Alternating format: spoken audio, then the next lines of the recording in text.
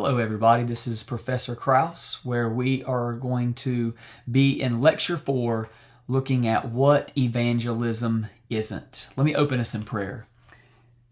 Father, thank you for all of your many blessings and for the opportunity to teach this material. I pray for all the students. I pray for their health. I pray for them as they get settled into this first week of the course, that this would already be an encouraging and helpful course for them, a course that spurs them on to share the gospel boldly for your glory and for the good of the lost. And so God, help me to do my best this lecture, to teach this material in a way that's engaging and helpful. In Jesus' name we pray. Amen.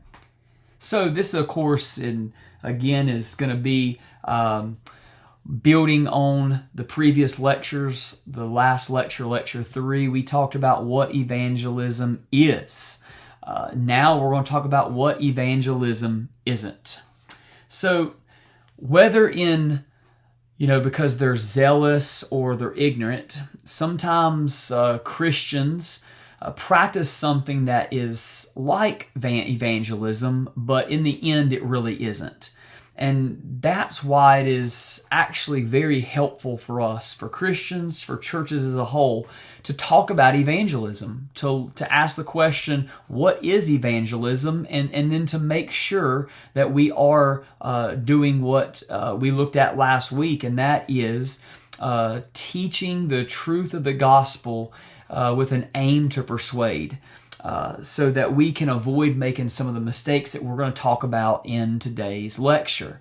So ask yourself these questions for a second. Have you ever witnessed evangelism gone wrong? I've been on mission trips where I've seen the good, the bad, and the ugly when it comes to someone under pressure, not fully understanding the gospel, or maybe getting caught up in the moment, and all of a sudden what they're saying is not clear. What they're saying is in some cases not even biblical. It would be called evangelism gone wrong. Now think about maybe an example in your own ministry or your own life, or maybe something you've heard before. What exactly was wrong or felt wrong about it? Have you ever thought about a situation and said to yourself, this is how I'd have done it differently? In the same way, as a preacher, sometimes I watch other preachers and I look at what they do and I say, man, I need to do that. Or I think about, well, maybe I would have done it differently, right? In the same way, that can help us get better at evangelism. Now, some Christians, some people, even Christians, argue that evangelism as a whole across the board is wrong because we are imposing our beliefs on someone else. There may be even people in your churches right now that the thought of evangelism makes them sick, makes them feel wrong about it because they have a wrong understanding of what evangelism is. And so they think of it as, I'm just imposing my beliefs on someone else. They don't want to hear it, so that is wrong and unloving for me to do so. But let's think about what evangelism is again. Evangelism is not an opinion. It's a fact. That sounds cocky and arrogant, and we may not say it that same way to someone who's lost, but think about what evangelism is. Think about what we believe and what we know to be true. When we evangelize, we're not just sharing our thoughts on a subject. This is not something you sat down and came up with. You're sharing what you know to be true, what you know to be true about God, what you know to be true about Jesus and His life and death and resurrection, what you know to be true about sin. The other person may not believe it.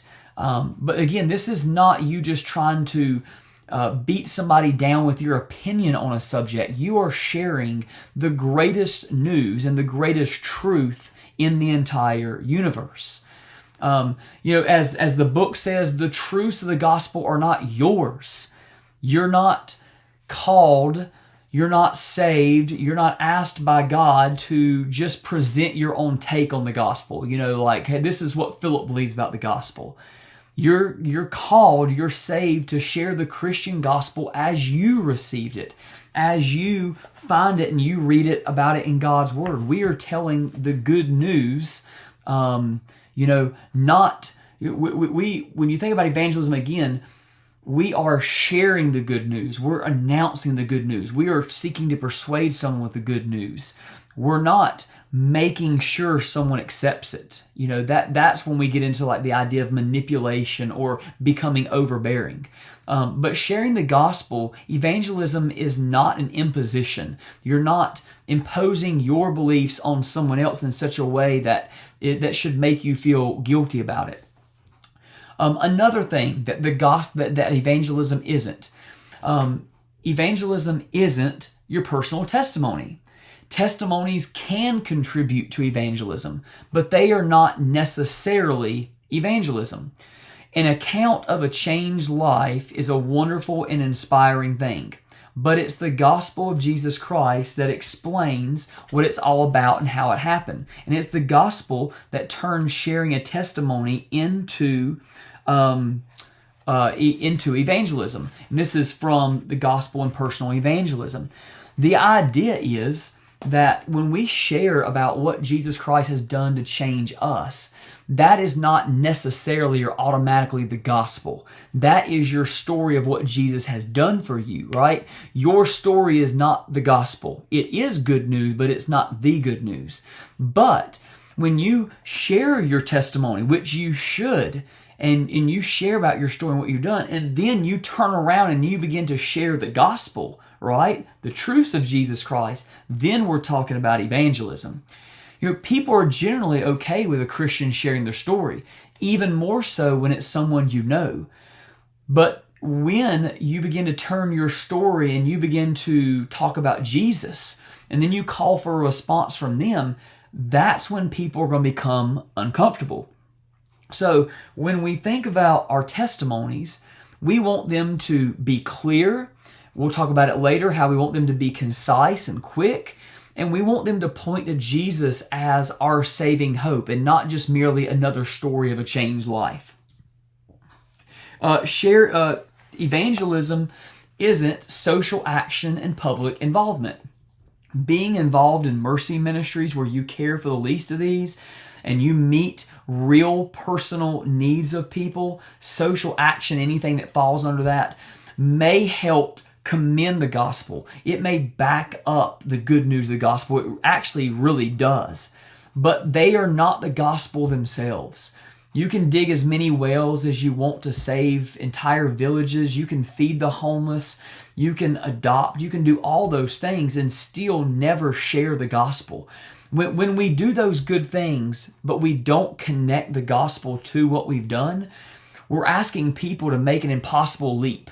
We're asking people just to look at what we've done and then somehow know that we are Christians and then know that they need to repent of their sins because they're sinners and trust in Jesus Christ. So instead, evangelism is often built up, or it's often maybe started by social action and public involvement.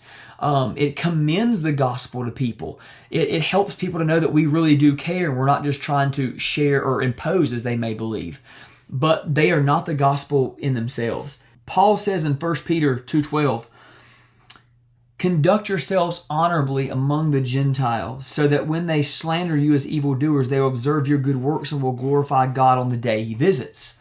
So, Peter commends us, Jesus commends us in Matthew chapter 5 about good works. That they are good. Our good works and even social action are important. They're things that we should be involved as Christians and on a church level, but they are not evangelism themselves.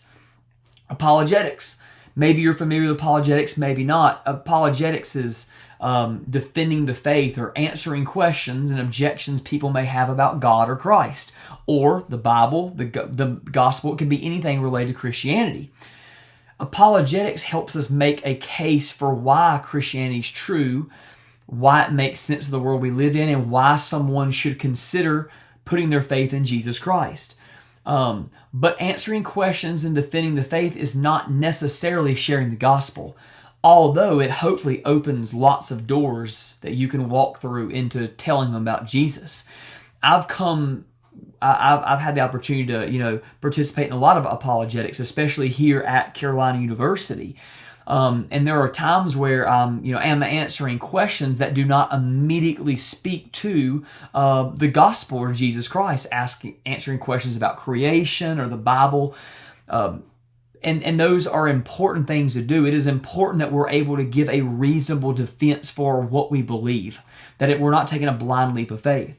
But apologetics can also sometimes actually even keep us from sharing the gospel. We can be so caught up in answering questions and defending the faith that we forget to actually share the good news of Jesus with someone. Sometimes some people get so bogged down with the apologetics part of it that they become so narrow that they're answering questions that are maybe important, but they totally kind of cut themselves off from the actual gospel. And so apologetics is important, but it's not it's not evangelism. The results of evangelism is not evangelism. Think about that for a second. Evangelism is not its results. Evangelism is teaching the gospel with the aim to persuade. It is sharing the good news of Jesus Christ. It is not converting people, right? When you teach the gospel to someone with the aim to persuade them to put their faith in Jesus Christ, to turn from their sins, right? You are doing evangelism. Whether they laugh at you, mock you, or take a year to consider it. Evangelism is not converting people. If we, as individual Christians or as a church, begin to think of evangelism only in terms of its results, we will be tempted to manipulate. We'll be bogged down, beaten down whenever someone says no. We're always going to think we did something wrong. When in reality, God has called us to be faithful, to share the gospel well. And so evangelism is not its results. So let's put all this together for a second. Think about how you answer these questions. How can we define evangelism? After lecture 3 and lecture 4, you should be able to define evangelism. How can you now, though, guard against what is not evangelism? How can you use tools like apologetics in your testimony? How can you pray for results without beginning to see apologetics and your testimony and the results as evangelism themselves?